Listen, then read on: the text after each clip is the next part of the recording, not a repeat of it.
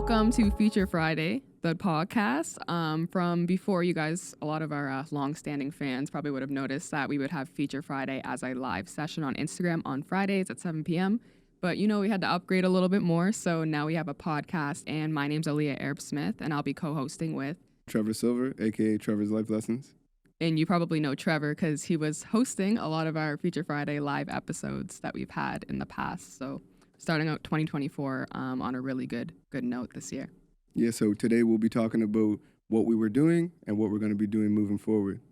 Definitely. So for those of you that do not know, and for those of you that probably already know, Feature Friday, we're here to host ANS individuals that are having a remarkable impact on community. And we want to make sure we have that platform for them to share their experiences and their aspirations, anything they want to share to ANS youth, to anybody that are our viewers, our supporters. So we want to make sure that they have that space to do so. 100%. I'd like to add that it's super important for us to get folks on here that are doing great things in community so they can teach the next generation so that they can do great things in community.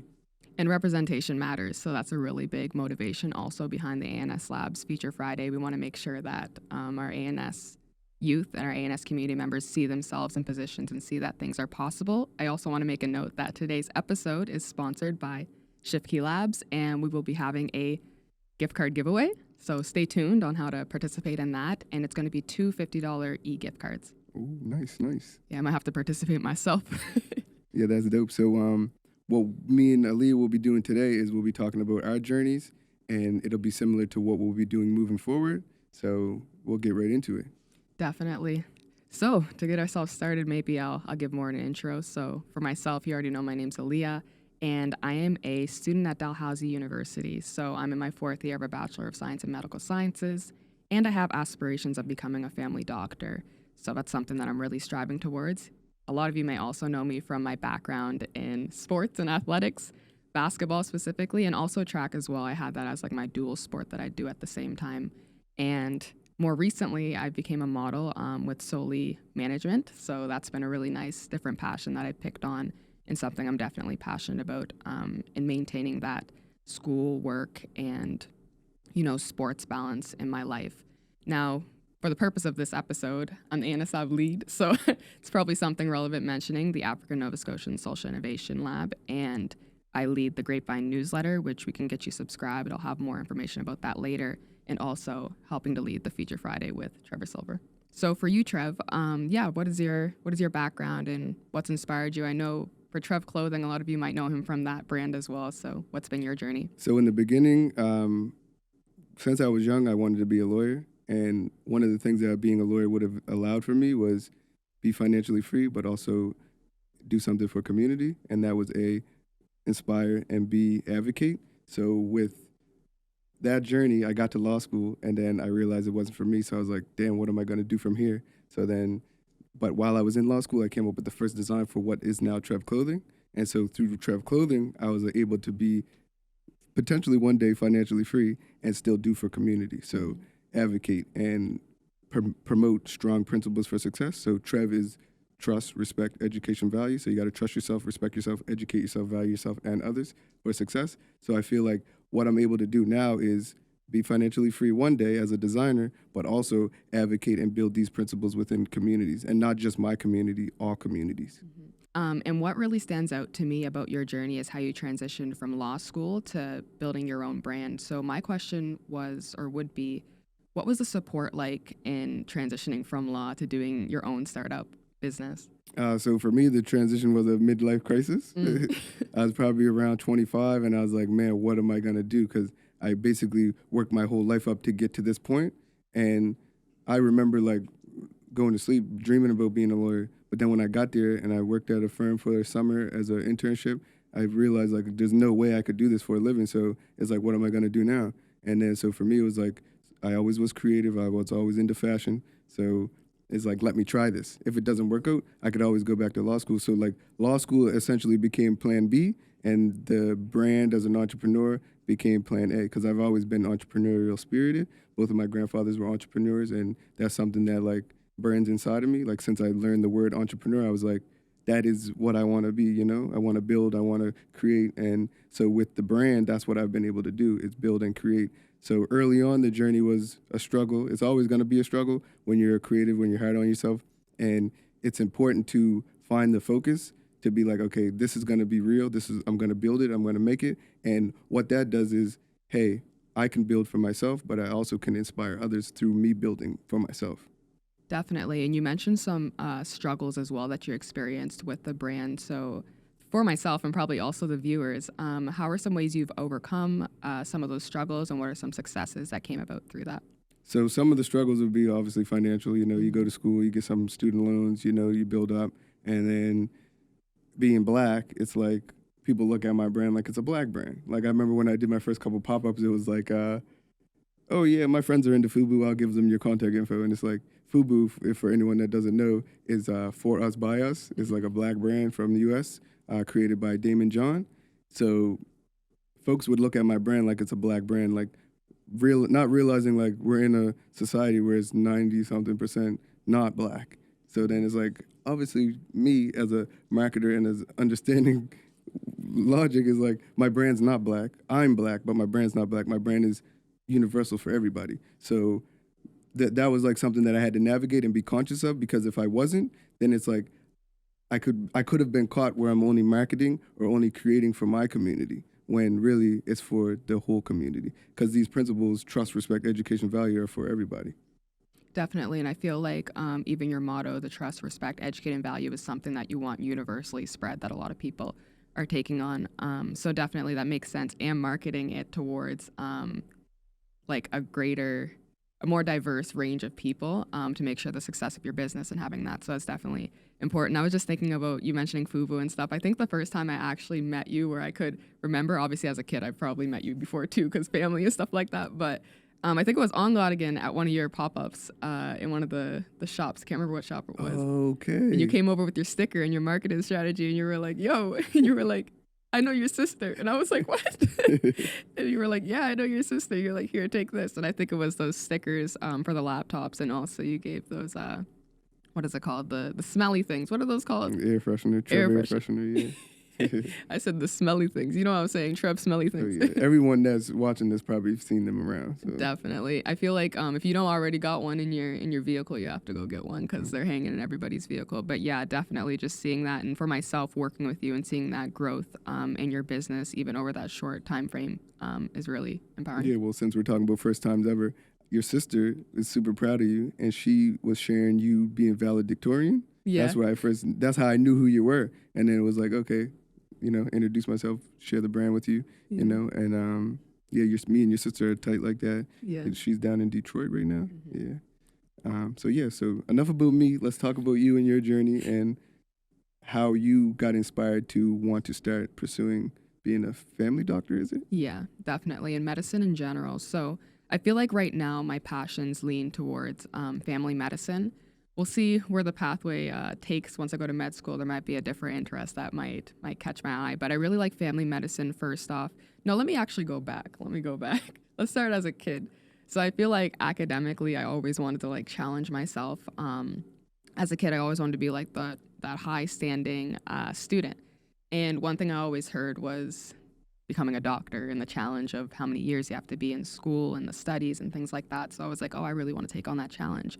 It's definitely something interesting. And then also not even having a black family doctor myself or black doctors really around me. I know a couple now, but growing up, like I've never really had someone serving me that was from community or someone from a similar background, right? So that in itself was motivational. And then once I hit high school and then graduated and committed to Dal, the reason I really went to Dal was because of their medical programs that they had. So it really steered my path. Now, once I got there, I was like, okay, like I'm learning things in class and I'm noticing that a lot of the things were very colonialistic and didn't really center Black health. I have a class that I'm taking right now that's centering Black health with Dr. Barb Hamilton Hinch and also with Michelle Patrick. So that's really, really interesting and aligning with my vision. But yeah, so basically I noticed that a lot of classes didn't really center that. And I knew for myself, I really wanted to be that family doctor with that social aspect to advocate and be there to help people be more proactive in healthcare, especially our community members and Black people in Nova Scotia in general, when it pertains to their health. Because a lot of times in spaces, I'm not sure your experience as well, but I've felt dismissed by people. So, yeah. Yes, that's a great inspiration. The you touched on like the colonialism of what you're taught in class. Maybe can you like elaborate or dive a little bit deeper on that? Definitely. So when I say that, I kind of mean more so in what they're teaching us. A lot of lens that they have with health, I feel like are colonialistic. Like I even recently noticed in one of my classes that a definition that I think World Health Organization has for health in general, it's like mental health, it's physical, it's emotional, but then it like lacks spiritual, which I feel like is something for Black community members. It's a part of health that we really centralize. Indigenous people as well would have like similar experiences with that, and colonialistic in the approach. So a lot of times, like there might be different healing practices that different cultures, like Black cultures, that may use and enforce to bring them about health that is kind of ignored in the way that they teach us. So I feel like for myself also, there's certain, let's say, health conditions that disproportionately affect certain communities that's not really emphasized in class as well. So I feel like that's something really important because if you know you're from a certain background and that you're more predisposed, let's say, to hypertension or to type 2 diabetes, then you would be more likely with that awareness to be more proactive in your own healthcare and knowing, okay, this is what predominantly affects me, and advocating for that in spaces where some people might not even know that that's what your background would be more likely to have. Yeah, I like that you touched on that because then it makes me realize like, hey, people in my community or people in the Black community that are subject to certain illnesses and whatnot, they're not being treated well. They're not being, it's not being analyzed in a correct way so that they can be treated. And I noticed that because when I got blood work done a while ago, I wanted to just see where my levels were. And then at the very bottom, it was like, if you have African ancestry, something about your cholesterol. And then I was like, oh shoot, like this is literally a printout, and like every single person that would get their blood work done, that is a what do you call it? It's disclaimer in the bottom. And I was like, oh shoot, so like we have why do we have this? Like why are we subject to higher cholesterol than other people? If say like, you know, my mom's white, we might have the same exact diet. Why would I have higher cholesterol than her? And then so where do we learn this stuff? Where are we going to get educated? And I think you're going to be the person to be able to educate us on this. Yeah, that's definitely the goal, because I feel like even for yourself, it's good that you went to go get blood work, because I even want to advocate too, because there's some people that don't even think or know to get blood work or haven't even got like their first round of blood work in general. So wanting to get them to that point where it's like, okay, you have a history of this or you have a high risk of this, you really should go get checked, and making sure that they're proactive with that screening and stuff like that. And another thing too is some of these conditions that affect us as Black people, which I'm learning a lot more too in the class that I'm taking.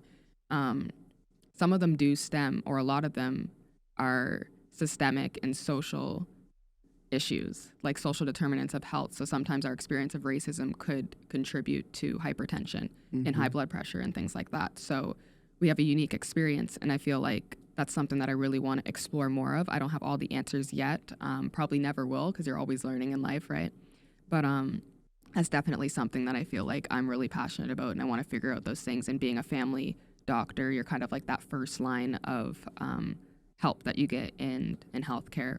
Obviously, we have a shortage now and stuff, which is another barrier, but I want to take on as many as I could to help them. I like how you touched on the systemicness of it, because when it comes to even us going to Dalhousie, there was a systemic thing in that. So when you think about systemic barriers of education, then it's like a systemic barrier of health. So like for you to come to Dalhousie, learn medicine, learn all this stuff, then you could take it back to community and teach. So like historically, it's kind of like we were excluded from education, to where if you don't know better, you can't really do better. But we survived, we thrived, and we're here now, and we're getting education. We're continuing to develop ourselves. And even for me, like what got me to even go do the blood work is I read a book called like Bulletproof, I think. And it just, the guy was basically talking about so many different things about what vitamins you should take, what you should eat in your diet, all these different types of things. So I kind of explore that. I did like carnivore diet, vegetarian, like I did a bunch of different things to like experiment with my own body. And then when I did the blood work, it was like, okay, these levels are bad, these levels are good, and then I can move forward. But if I was like not trying to get that work done and I didn't know, then it's like, how do I grow? How do I know where my levels are? It's like, when I think about life, I think about it like a video game. It's like, these are my stats. How do I improve them? How do I level up and get to the next level? So for me, it's like, it's important to educate ourselves on a day-to-day, learn through experience, like see what our body likes to eat, see what makes our body feel good, what energizes us. And then so going back to you is like, you'll be able to be that for our community. You'll be able to be that for our children. And I think it's important to like highlight that. And I think it's important, like maybe one day I have kids and you're my kid's doctor. So, you know, and I would be comfortable them going to you, but also knowing how educated and how committed to community you are, it just adds that much more level of trust. So, and I think the trust also goes back to, maybe you could touch on that. Definitely. I love how you mentioned the trust because that was actually my next point on that. Education is key. And another big thing I feel like is the trust that we have in the healthcare system. It's been breached, I feel like, for Black communities. And a big aspect of why I want to be in that position is a level of trust, like seeing someone that looks like you, knowing that they're there to advocate for you. It's a big deal. And trust has also been breached in history in general. There's been a lot of studies and things where gynecology, they studied on Black women and they didn't use anesthesia to to stop the pain. And once they actually did successfully get the treatment working, then they worked it on white women. So there's like different things, or like that sounds like some Nazi stuff. Yeah, crazy, crazy stuff. And then like there was different experiences, syphilis. You probably heard of those ones as well, where a lot of our trust has been breached. So it's not that easy, I feel like, for people to think like, oh, like COVID vaccine comes out and you wonder why a lot of people from certain communities are suspicious. Mm-hmm. What's that, like the Tuskegee experiment or something? Yeah, definitely, where they basically knew that a lot of, I think it was Black men, they had syphilis and symptoms of syphilis, but they didn't treat them because they wanted to see the long-term impact of such a, very detrimental. Yeah, that's crazy. Yeah, infection and illness. So yeah, definitely wanting to be like that person, to be in that space where like you see someone that looks like you and you're like, okay, I can trust them. And also being someone that advocates, because it's actually a saying I had in one of my classes that I've taken, and it was about having, I think it was having an Indigenous doctor, or having a doctor that just happens to be Indigenous versus having a doctor that's Indigenous, an Indigenous doctor. So for myself, having a doctor, rather than having a doctor that just happens to be Black Nova Scotian, I want to be a Black Nova Scotian doctor. So whatever practices and advocacy that I bring into that space, I'm going to carry that, and they're going to take me as a doctor of who I am and the culture that I carry, rather than me having to fit the dynamic around me to match myself. Would that be in the sense of like changing the game? Yeah, in a sense, I feel like I want to kind of do some parts of that. And if it's not changing the game, being one person working towards that, at least to kind of change the narrative a little bit more for our people and for our community. I feel like it's going to take a lot more time for that whole game to fully change, but I definitely want to work towards that and advocate in that space and kind of change the way that health is approached sometimes too. Like I said, that colonialistic nature, kind of wanting to tackle at that and make it better for our people. To make it more inclusive, make it more like aspirational. So for me and you, it would be like, okay, I want to become a lawyer. You're gonna become a doctor, and it's like allowing our community to see people in these positions to want to be in these positions, because usually it's like, hey, this is what the successful guy does in my community. That's what I want to do. And sometimes it's not the best thing. And so for us, it's like now we have a lot of entrepreneurs coming up. We got a lot of doctors, a lot of lawyers, a lot of professionals. So for us, it's like we can see ourselves being these things. And like for me, it's like I'm older now. I'm in my 30s, but now I look up to people that are like 25 that are doing great things in community, that are becoming professionals. And it's like, imagine if we would have had that when we were younger. So like for me, it's like that's why I always try to get in community and be in community so that the young kids can see me. You know what I mean? It's like the saying I always have is like, you got to give respect to get respect. And for me, it's like, you don't just expect respect from youth. You got to give them respect first, and they'll give it back. Because like people always think like, oh, these youth ain't got no manners and this and this and that. But it's like they got no manners because you don't sit and talk to them. You don't connect with them. They're not gonna like you if you don't like them. You know what I mean? It's like, so for me, it's like getting in community, connecting with them, trying to educate them, and trying to figure out ways what's the best way to educate them, because some kids don't like to read. Some kids don't like to, you know what I mean? I didn't read my first book till grade 12, but it's often figuring the things out of like, okay, what's going to motivate this kid to learn what he needs to learn to be able to succeed in life. And so for me, is always like reading is super crucial. Like I was the worst reader ever, and I realized like, hey, if I want massive success, I got to know how to read. I got to be able to know things, because usually what's in between me and where I want to be is the knowledge. There's a knowledge gap, and then there's a work gap. If you don't get the knowledge, and you might have the best work ethic in the world, but if you ain't got the knowledge, it's gonna be hard for you to get there. And then you could have the worst work ethic, and then you know how to read really well, but then you can't get there because, you know what I mean? There's so many people that read like the self-help book. You read like 100 self-help books, but you never put the action. Mm-hmm. So for me, it's like I read 100 self-help books, then I also apply. And I sometimes I get caught up in the trap of like just reading, but it's like you get the knowledge, you get the knowledge compounded, and then you got to execute on it. And I feel like part of that is being around people that are executing, being around people that are putting the things in place, like experiences. And so for me, I got some friends that never read a book in their life, but they're out there executing, and they got knowledge through experience and through mentors. So like I got a lot of mentors. Like shout out to my mentors, because if it wasn't for you, I wouldn't be here today. And I appreciate you. No, definitely. I love how you mentioned having both the knowledge and the execution piece, and needing both of those to really want to get to where you want to be and being successful. Knowledge in itself, I feel like, is a weapon and stuff like that. So it's good for us to gather knowledge in whatever way too, because I feel like normally you would know this too, like academically, the way that they teach sometimes, it might not be the most effective way. No shout out to the school system on that note. But definitely finding your way, like you took your own initiative to read and to make those changes and to get to where you wanted to be. So that's definitely something really important. I also like how you also mentioned like having people in community that inspire. I think you said something about with youth. I can't remember the saying that you used, but give respect to get respect. Yeah, give respect to get respect. There was another thing you mentioned. I have low-key short-term memory, so I'm gonna have to. You got this. Yeah, but there was something you mentioned about inspiring youth and community, and basically wanting to be there for community and seeing people in community in different positions and stuff like that. I feel like that aligns with what we're doing right now with the Feature Friday, is to give those people that platform to have those conversations, to speak to their experience and give advice, and for you guys to ask questions as well to our guests. 100%, because there's not often do we get people in community, or like even with this podcast, it's going to be viral. It's going to be people are going to be able to see it and hear it. And I think it's important for us to get on certain guests, young, old, different experience levels, and not just specifically Black, but we're going to cater to Black. But it's important to get these experiences out to community, because that's what's going to allow community to grow and learn. And so for us, we're going to be here learning and growing and getting other folks on here to learn and grow from. And I think that's going to be one of the main purposes of this podcast, would be to inspire, build, grow knowledge, and feature great people doing great things in community. No, definitely. And another thing I wanted to touch on too is, since the ANS Lab is a program under One North End, maybe even just expanding on our roles as well. I know you run our EDGE programs. If you want to give them a little rundown of what that entails. So I work at YMCA on Gottingen as a lead job success coordinator, as a lead mentor.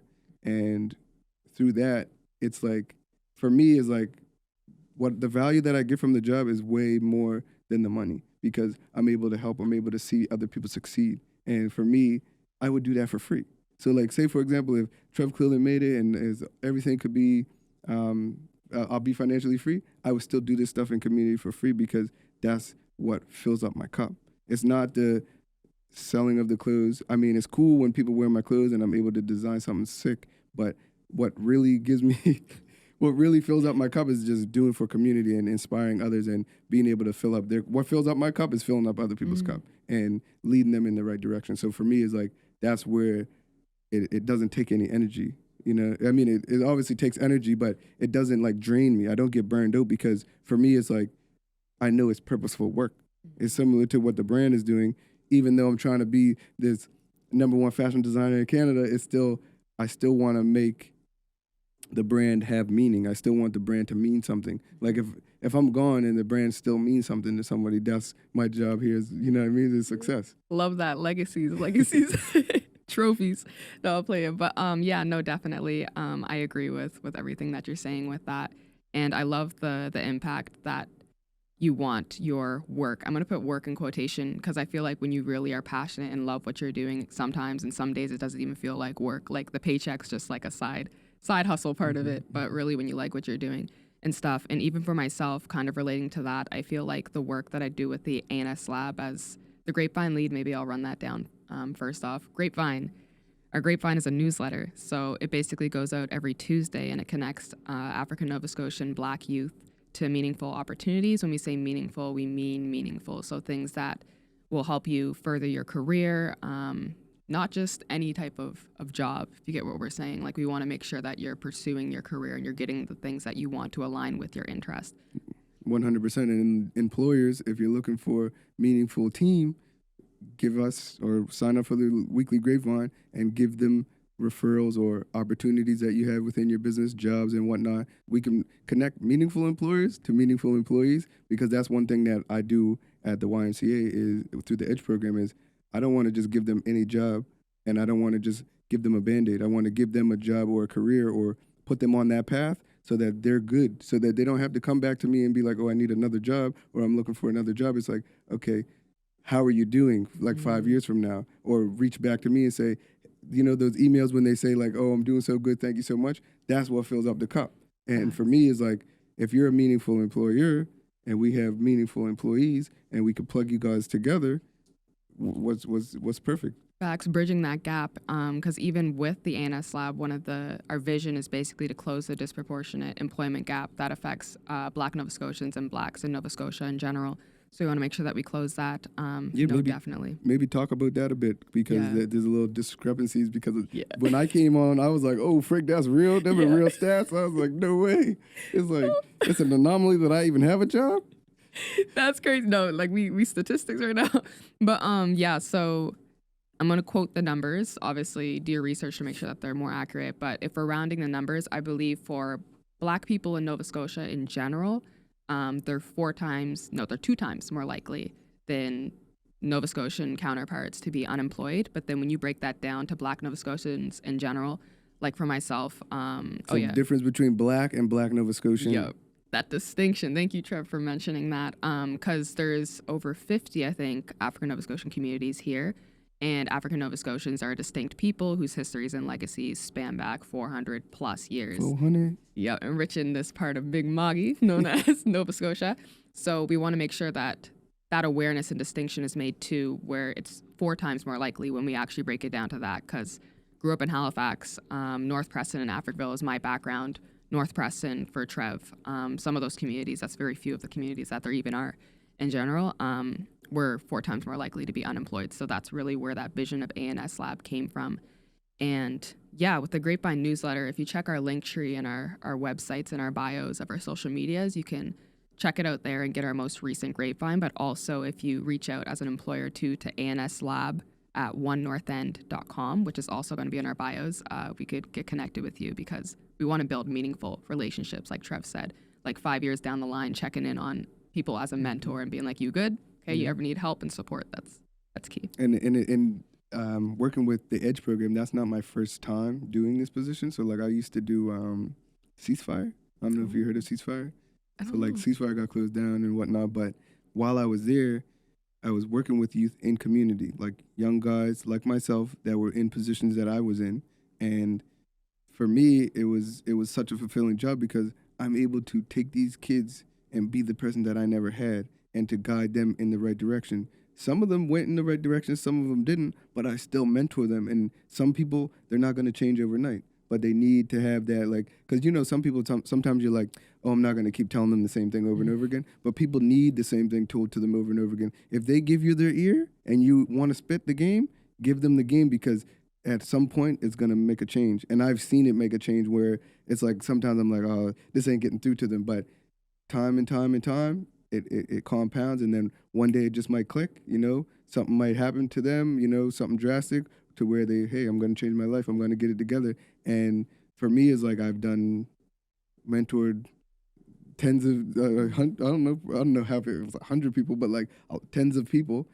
I'm one of them. And it's like, you see the like all the knowledge that I've poured into myself, and then I poured it into someone else. you could see them learning from what you taught them, you know, and it's like, wow, like, you know, and yeah, that's like the main thing. Definitely. And I feel like that's part of your motivation as well, is like seeing that knowledge that you're pouring into them. Like that pouring that cup, I think that analogy you used, that being like the passion behind the work that you do and stuff like that. It's probably really, what is a word to describe that? Fulfilling, making it feel like your work and the stuff you're doing is of value because like we said here at One North End, even in our own hearts, when we support and want to mentor and be there for people, it's not just something that's just a one-off and just checking off a list. Like we want to make sure that we're there and keeping and maintaining those relationships because it's more than just work. So 100%. And you sometimes you get busy, but it's important to reach back and to connect and be like, hey, my bad, I was busy and whatnot. You know, you can't do everything at all the time, but there's been times where I was busy and I couldn't be there for that person, and then something happened. And so for me, it's like that's why I always try to be accessible as much as I can because you don't know the difference that you can make.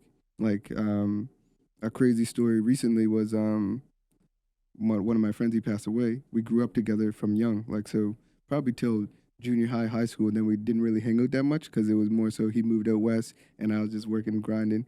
And you get up into that grind mode, and then I look up, my friend passes away, and there's been a few touch points where we hit each other up, but it wasn't like a time where we could like really connect to be like, hey, you know, where you really at, how you really doing. And then for me it was like it just compounded the you can't always be there, but to try to always be there, because me, I kind of got not really regrets in my heart, but I feel like there's some more that I could have done, you know. And then so for me it was just like hard on my heart to where like, and I can't really say because like with God and stuff like that, you don't know what could have happened if I did have the time or did take the time, because me and him did connect. Like I reached out to him, he reached out to me, but we didn't get to you know what I mean, have that like real catch up. yeah. And I missed that, and I regret not being able to have that. And I kind of, you know, that's like one of the things. So like I'm just here to say, like, if you got a friend or someone that needs your help,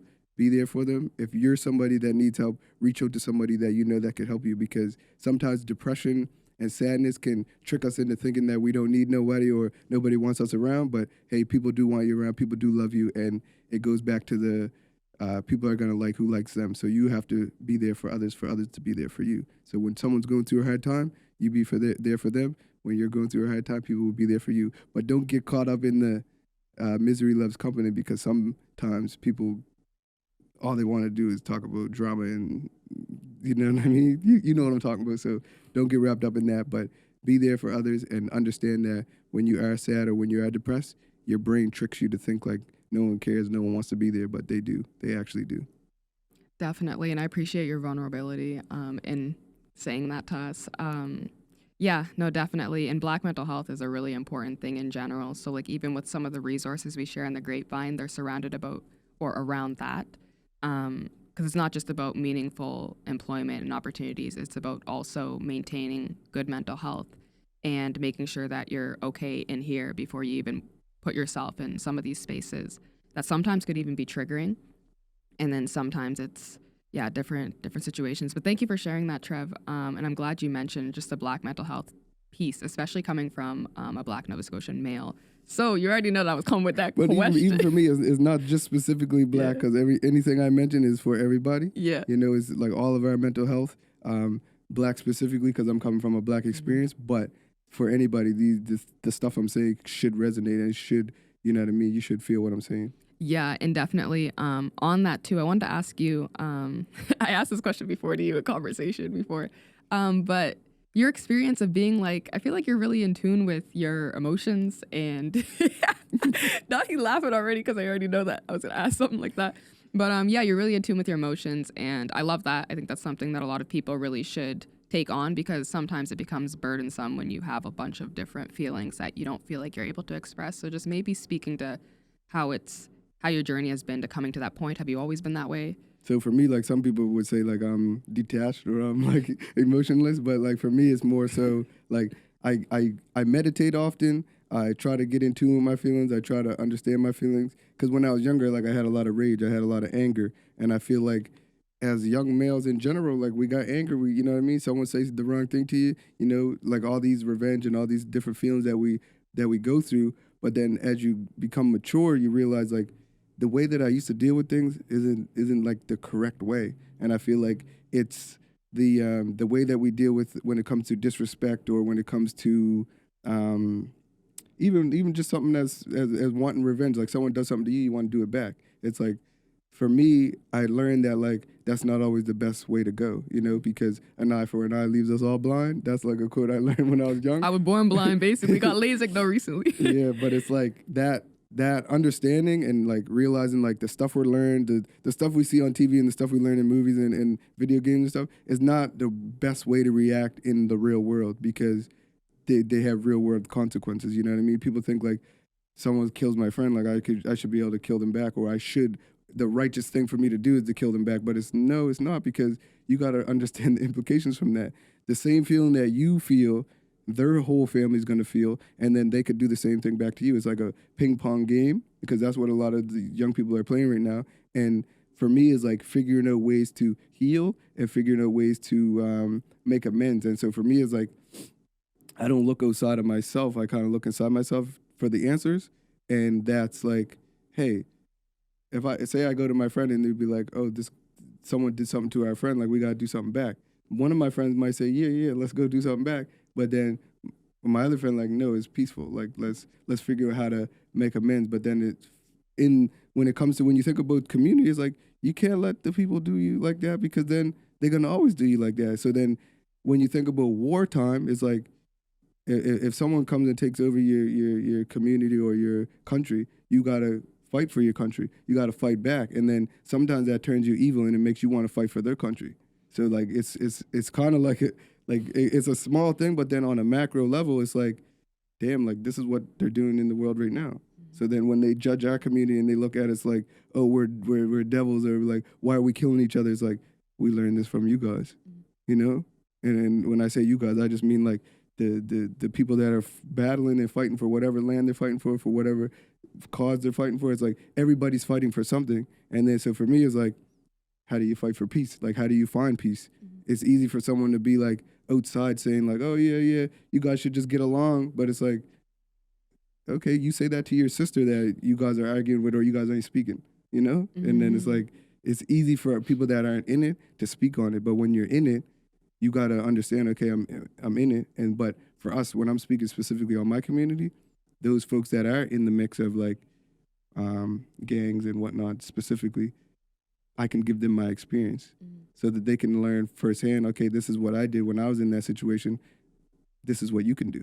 And you can come out of that and you can become like what I'm like. You don't want to be like me, but you could be like yourself and you could be better than what you are. And like that's kind of like the game or the information that I try to give.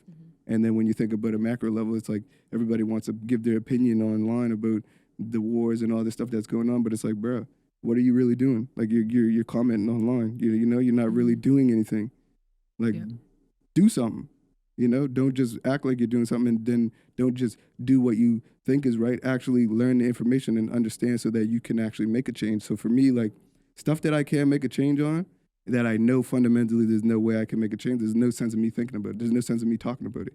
But then stuff that I can make a change on, if for me speaking up can make a difference, then I will.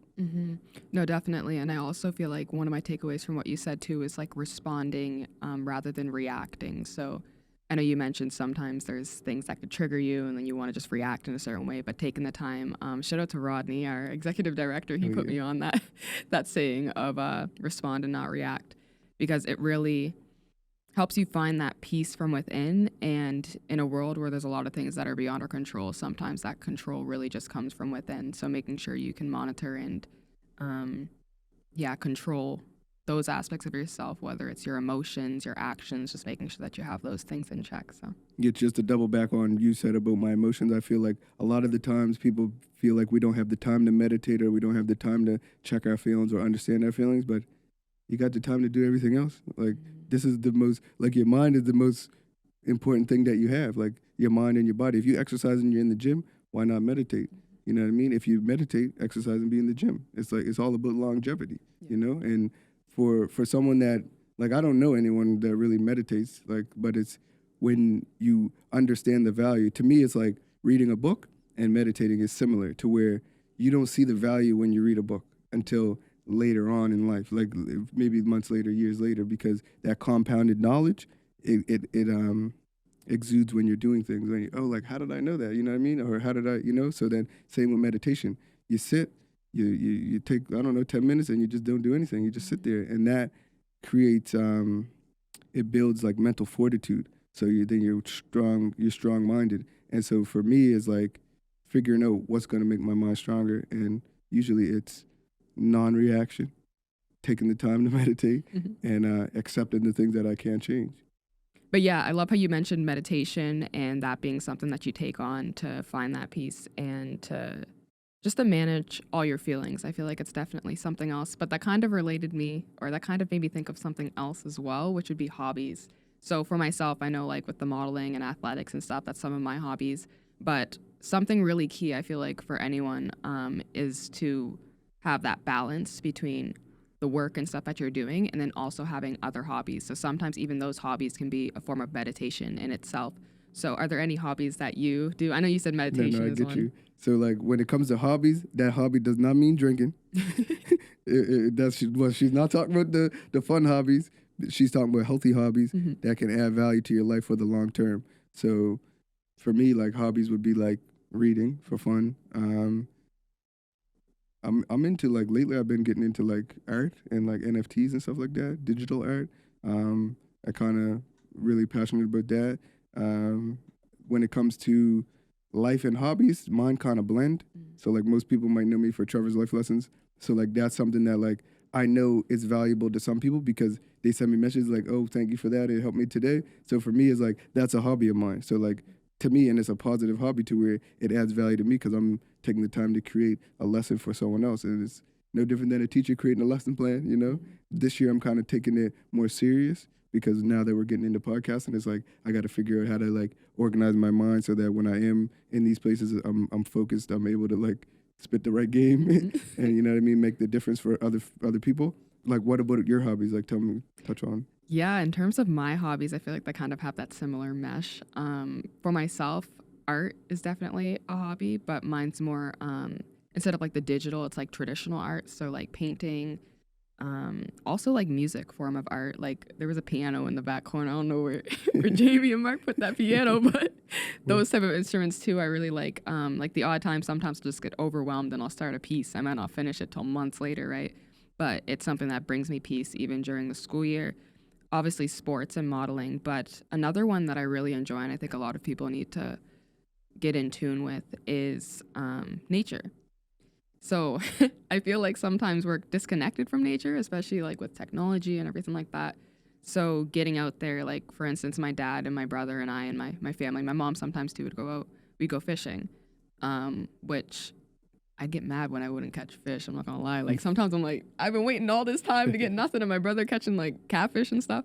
But it's that experience of just being at peace and being, let's say, at the water and stuff like that, or going for walks and maybe going to grab wood. You'd probably know, like up home and stuff, wood's a big thing. So like my dad loves bonfires in the back of our house in the city, and we'll go grab like wood and logs and things, or even walk trails. But yeah, those are I think my main hobbies that I can think of. Yeah, and like Yeah, Trev said, hobbies, not addictions, hobbies, good things. I like how you touched on like the communal, you and your family doing things together. Maybe touch on like how having a strong like parental, like because your mom and dad are together, correct? Tell me how that has had an impact on yourself. No, definitely. I feel like I've had a pretty stable family dynamic, and I feel like it's really helped support me throughout life. I know some people aren't as fortunate to have like similar circumstances, but they've definitely been my backbone. I feel like just in general, like just seeing, let's say, my mom and dad and their drive in work or whatever spaces they may be in, or their advocacy and being themselves, I feel like that rubs off. But also having that family around to like spend time together is a big thing too. Because sometimes you take it for granted. A lot of times during the school year, I'll get like really busy and I'm just doing school on school on school on school. And then I'll have my mom and dad ask, "Oh, you want to go watch a movie? You want to go play a board game. What is it? Cards Against Humanity and them fun games. It's crazy doing it with your parents. I'm just going to say that it's crazy. But they be joking and stuff like that. So, but those type of bonding type of games, and just whether it's, let's say, like I said, the fishing or going outside and doing things with family, it doesn't even have to be with immediate family either. If you don't have that support group, it could be your friends, like your closest friends, your cousins, maybe a stepfather, stepmother, someone that you grew up with and that you're close with, or even people that you want to build bonds with. 100%, because often if you don't have a family, like some people aren't blessed to have, mom, dad here, but it's the family that we create while we're here, the friends that you build, the mentorships that you build. And I think it's important for us to recognize that these people are our family, because I got family that's not my biological family, but they're my family. And I build with them, I create with them, and I spend time with them, I don't be fishing, but like I need to put you on. It's actually I got a fun. brother that really loves fishing, and I find like fishing added a lot of value to him because it made him more peaceful. It made him more patient. It made him less like zoom. And I seen the value that is, to me, it's kind of like what golf does for some people. It's like that patient exercise of doing a practice. And like with fishing, you got the rod and you're just chilling. You're there with your thoughts. And he fishes by himself.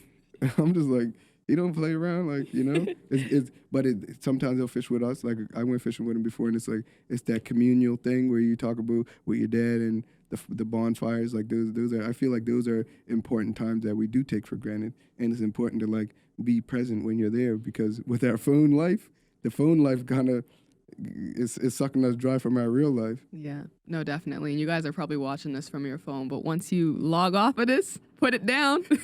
Put down for at least like 3 hours or something. You guys got your good daily dose or monthly dose of Feature Fridays.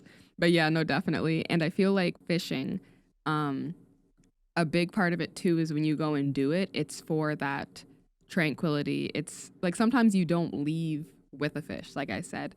And even now I get mad sometimes too. But when I was younger, like I was just like furious walking in the house. My mom told me I didn't even know this happened. I walked in angry, just standing at the foyer. And she's like, Aaliyah, like what happened? I just not talking. I didn't know I was like that. It makes sense when I think of my personality now. But sometimes it even teaches you lessons where it's like sometimes you might not come out with a fish, and that's fine. And just in life in general, and then just go back at it again. Yeah. Take a break, you know what I mean? Sometimes you put so much work into it and you might not get that fish. Like for instance, you went and you did law school, all that work into it, and then you went and you got a different fish. You went to Trev Clothing, you know what I'm saying? Like, and it's still really good. So I feel like that's like a big thing. But yeah, that communal going out there, it's really for that you time, or sometimes that time you have with others around you. Yeah, finding that you time, I think, is important. We touched on a few different things today. Family, mindfulness, community, specifically Black community, employment. Yeah, our journeys as well, aspirations. Like Trev said, the importance of community, family, mental health. We touched on a lot of different topics and stuff like that. And in future episodes, we're going to be doing similar things with different guests. So we really do encourage you as viewers to give us some ideas of guests you might think would be a great person to have on the podcast. 100%. In the comments, drop below. And I think this is what's going to enter you into the contest. Drop below who you'd like to see on the podcast. And then maybe when we do our one-word checkout, they can also drop a one-word checkout with us. Definitely. You gotta. If you do both of those, you get 2 entries. There you all go. right? So tell them about the one-word checkout. Definitely. So even before I get into the one-word checkout, we have 12 episodes of Feature Friday in the year. So it's going to be a monthly feature that we have. So make sure you put people on blast, like Trev said, in the comments, and make them one of those 12. They got a lot of pressure on them. Put them on blast. And if you're seeing this on YouTube, tag them. If you're seeing this on Instagram, tag them. Wherever you're seeing this, put their @ really call them out. Yep. Put them on the spot, because we'll reach out to them. And if they got their ats off, just put their name and we'll find them. But yeah, so normally what we do at the end of every weekly meeting that we have with our one team is we have a one-word checkout, one North End. So that's like the little fun dual meaning that we have to it. And that one word describes how you're feeling, or how, let's say for this instance, how the podcast made you feel, how the New Year's made you feel. It's the first one of the new year. And you just comment that word. Feel free to expand on it if you want sometimes, or just put the one word. Yeah, give us the one word. Give us the definition of the word. Give us your meaning behind the word. Make up a word. No, definitely. And, What's your word? Oh, I don't even. Put me right on the spot. I'm gonna pass the ball back to Trev. I'm just gonna say my word is joy for today. Joy. Happy to be here. Happy to be able to create and make this podcast. Learn, trust in the process, because I ain't the best podcaster, but you might be the best podcaster. We're gonna get there though. We just gotta keep doing it. And Trevor's life lessons back with another one. We just keep making it happen. And yeah. I feel like my word's gonna be energy. I just feel like there's really good energy in the room today, just in our conversations, and just in general. 2024 has brought a lot of good energy. So, Beyonce song too. I think that's name of something else. So renewing. Energy. But yeah, so that's definitely my word. So I just wanted to remind you all that today's episode, the two $50 gift card giveaway, the e-gift cards, is sponsored by Shift Key Labs, which is a company providing support to drive innovation and technology and entrepreneurship. And with that, we'll come to a close. Thank you guys for attending Feature Friday. We're going to be doing these on the last Friday of every month. Going to be 12 of us, so make sure you tune in to every single one. You never know. You might win every gift card for the year. You might. 50 times 12. Someone do the math. 600. Gee, you quick math. But thanks for tuning in, guys. Pleasure having you guys on the episode today, and we look forward to seeing you on the next one. So thank you for tuning in. Thank you for listening to our Feature Friday podcast. And just wanted to make sure that you guys are connected on all platforms. So wherever you're tuning in, maybe even leave us a 5-star review. If you're watching on YouTube, hit like and subscribe. And on our social medias as well, you can follow us at ANS Lab or at African Nova Scotian Youth Lab as well on Facebook, Instagram, Twitter. We got the whole mumble jumble. It'll be in our link tree in our bio. Don't forget to enter our contest that we have in each episode. And the way to enter that contest will be sprinkled throughout our episodes, so make sure that you're listening and paying attention. Each episode may be different, but comment below wherever you are, Instagram or YouTube. And if you don't use social media and you're one of those people, you can even reach out to us by email at anslab@onenorthend.com. The details are in the episode description. And last but not least, we want to make sure that we get you guys connected to our resource, our network of resources, the Grapevine newsletter. So to get subscribed, you can check the link in our bio and subscribe yourself. But if you're not that tech savvy, you can also email us at anslab@onenorthend.com and we can get you hooked up. We'll see you on the next episode. See you next month. Let's get it. Feature Friday. What's your favorite thing about Fridays? That's a good question. The features.